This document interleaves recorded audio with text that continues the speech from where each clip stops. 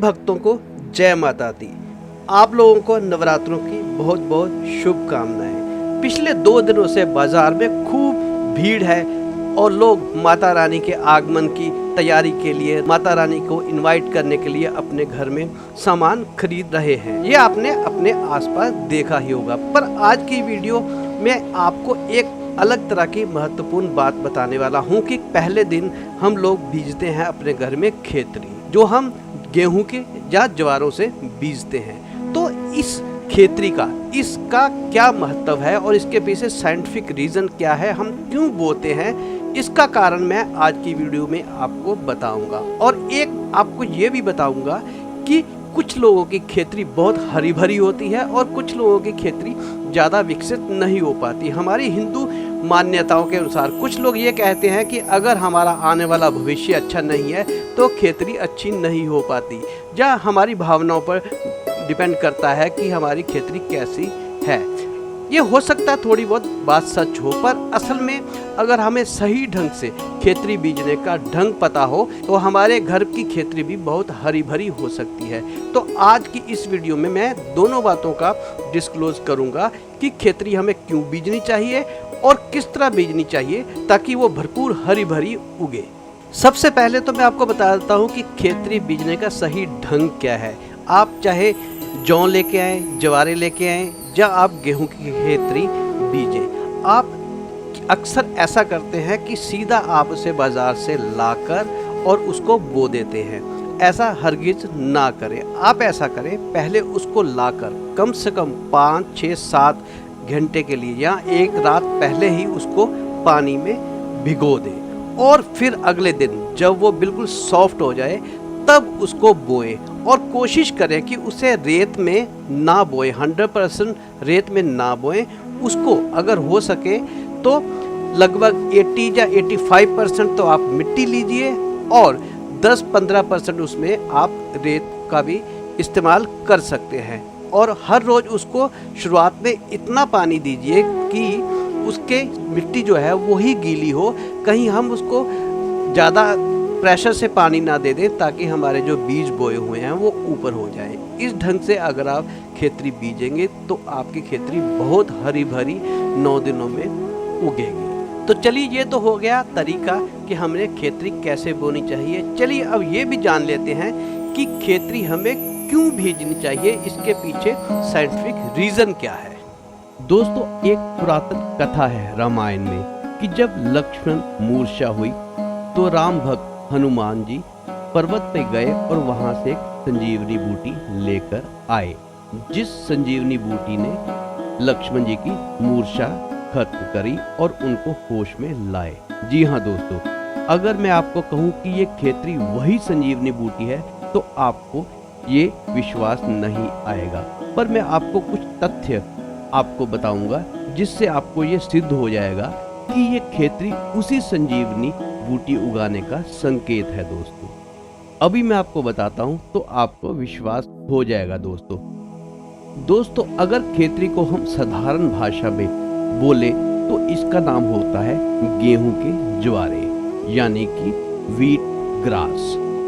और आप बस गेहूं के ज्वारे के फायदे या व्हीट ग्रास बेनिफिट्स लिख लीजिए गूगल पर और आपको ये प्रमाणित हो जाएगा कि ये खेतरी वही संजीवनी बूटी है जो हनुमान जी लक्ष्मण के लिए पर्वत से लाए थे। दोस्तों, आजकल आपको गेहूं के ज्वारे का पाउडर आम मिल जाएगा। कुछ लोग इसका उत्पादन भी हिंदुस्तान में करते हैं। हिंदुस्तान ही नहीं, बाहर भी इसका उत्पादन होता है। और मैंने पर्सनली उस जगह पर जाकर देखा कि उनको उगाने का प्रोसेस बिल्कुल ऐसा ही था जैसा कि हमारी खेतरी बीजने का होता है। जो लोग गेहूं के ज्वारे का पाउडर का प्लांट लगाते हैं वो अपने जगह पर 9 खेत लगाते हैं। दोस्तों, सबसे पहले खेत में एक दिन वो गेहूं बोते हैं और सेकंड डे दूसरे दिन दूसरे खेत में, और इसी तरह करके 9 दिन तक वो अलग अलग खेतों में, 9 खेतों में यानी कि वो गेहूं को बीजते हैं। और जब 9 दिन पूरे हो जाते हैं तो पहले दिन के खेत को काटते हैं, यानी कि उस गेहूं के ज्वारों को काटते हैं जिसको बोए हुए 9 दिन हो चुके होते हैं। और इसी तरह ये प्रोसेस चलता रहता है। उसको काट कर वो फिर दोबारा उसी जगह पर फिर बो देते हैं और अगले दिन सेकंड डे वो दूसरे वाले खेत के ज्वारे जो है उसको काटते हैं और ये प्रोसेस 9 दिन तक चलता है। और जिस दिन भी जिस खेत में से वो व्हीट ग्रास यानी कि गेहूं के ज्वारे काटे जाते हैं, उसी दिन दोबारा उस खेत में बो देते हैं, यानी कि साइंटिफिकली वो 9 दिन तक उसको बढ़ने देते हैं और एग्जैक्ट 9वें दिन उस गेहूं के ज्वारे को काटते हैं, फिर उसको सुखाकर उसका पाउडर बनाकर वो बाजार में बहुत महंगे दामों पर बेचते हैं। और इससे बहुत बड़े बड़े रोगों का निवारण हुआ है। मैंने खुद जाकर उनसे बहुत लोगों की इंटरव्यू भी ली थी किसी समय में, पर अभी वो फिलहाल वो वाली फुटेज मेरे पास नहीं है। अगर होती तो मैं आपको जरूर दिखाता। तो दोस्तों, जो खेतरी हम घर पे बीजते हैं वो इसी का संकेत है कि ये एक संजीवनी बूटी कह ले या फिर कह ले कि ये ऐसी दवा का काम करती है जो 9 दिन में उत्पन्न हो जाती है। 9 दिन में इसमें ऐसे तत्व उत्पन्न हो जाते हैं इन गेहूं के ज्वारों में जो बहुत सी लगभग हर बीमारी का इलाज करने में सक्षम होते हैं दोस्तों। और इसमें कोई दो राय नहीं है। आप इंग्लिश में भी लिखकर गूगल पर सर्च कर सकते हैं और हिंदी में लिखकर भी आप सर्च कर सकते हैं।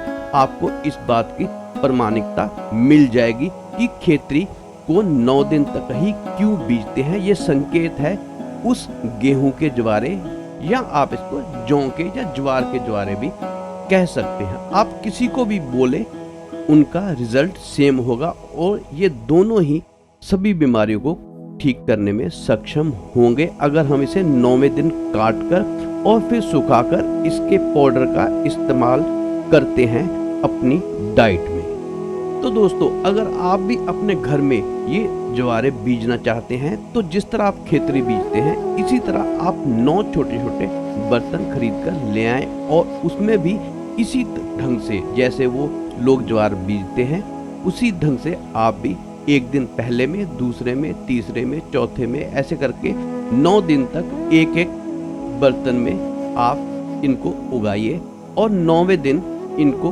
काटिए। अब आप इन ज्वारों को या तो सीधा मिक्सी में मिक्स करके इसका आप जूस बनाकर उसका सेवन कर सकते हैं, और अगर आप इसे प्रिजर्व करना चाहें तो ज़्यादा मात्रा में इसको उगाइए और इसको सुखाकर इसका पाउडर बना लीजिए और पूरा साल इसका इस्तेमाल कर सकते हैं। अब मैं आपको बताता हूँ कि ये किन किन बीमारियों को दूर करने में सक्षम है। इसके उपयोग से आंतों की सूजन, रक्त की कमी, अल्सर, उच्च रक्तचाप, दांत संबंधी समस्या, सर्दी, चर्म रोग, अस्थमा, पाचन संबंधी रोग, किडनी, कैंसर समेत कई अन्य समस्याओं से छुटकारा भी पाया जा सकता है। जैसा मैंने आपको बताया है कि गेहूं के ज्वारे को 9वें दिन अगर आप बीज कर काटते हैं तो इसको 1 गिलास पानी डालकर मिक्सी में अच्छी तरह पीसकर इसका सेवन सुबह सुबह आप करें अगर आप इनमें से ऊपर बताई हुई किसी भी बीमारी से ग्रसित हैं। तो आप चाहें तो इसमें स्वाद के लिए नमक, नींबू, शहद या अदरक का रस भी मिला सकते हैं, वो आपकी चॉइस पर निर्भर करता है। बाकी आप इसको एज इट इज भी पी सकते हैं, तब भी इसका वैसा ही असर होगा दोस्तों। वैसे तो मैंने जैसे आपको बताया इसका सेवन सुबह सुबह खाली पेट करना ही बेहतर है। फिर भी अगर आप किसी कारणवश सुबह सुबह नहीं पी पाते तो आप दिन में किसी भी समय जब आपका पेट थोड़ा सा खाली हो, ज़्यादा भरा हुआ ना हो, यानी कि खाना अभी ना खाया हुआ हो, तो अब आप इसका सेवन कर सकते हैं। इसके फायदे मैं आपको बता ही चुका हूँ कि अगर आपके पेट में गैस बनी हुई है तो उससे भी इंस्टेंटली ये राहत आपको पहुँचाता है। इतना ही नहीं, डायबिटीज के रोगियों के लिए भी ये बहुत फायदेमंद है। पुरानी से पुरानी एलर्जी को भी ये दूर करने में सक्षम है दोस्तों। बालों को सफ़ेद होने से भी रोकता है अगर आप इसका निरंतर सेवन करते हैं। अगर आपके दोस्तों बाल झड़ते हैं तो कुछ ही दिन इसका सेवन करने पर आपकी ये समस्या भी दूर हो जाएगी। अगर किसी को कम उम्र में चश्मा भी लग गया है तो उसका चश्मा उतारने की भी हैसियत रखती है ये गेहूं के ज्वारे। इतना ही नहीं, ये शक्तिशाली टॉनिक का काम भी करती है और खून की कमी भी पूरी करती है, यानी कि ब्लड सेल्स की मात्रा को बढ़ाती है। और अगर किसी को गठिया या जोड़ों में दर्द की शिकायत है तो उसका भी निवारण कर सकती है। यहाँ तक कि लकवा के मरीजों के लिए भी ये बहुत फायदेमंद होती है। ऐसा शायद ही कोई रोग होगा दोस्तों जिसको ये ठीक नहीं कर सकती, इसीलिए मैंने आपको कहा कि इसका नाम संजीवनी है। ये मरते हुए व्यक्ति को भी दोबारा जिंदा कर सकती है।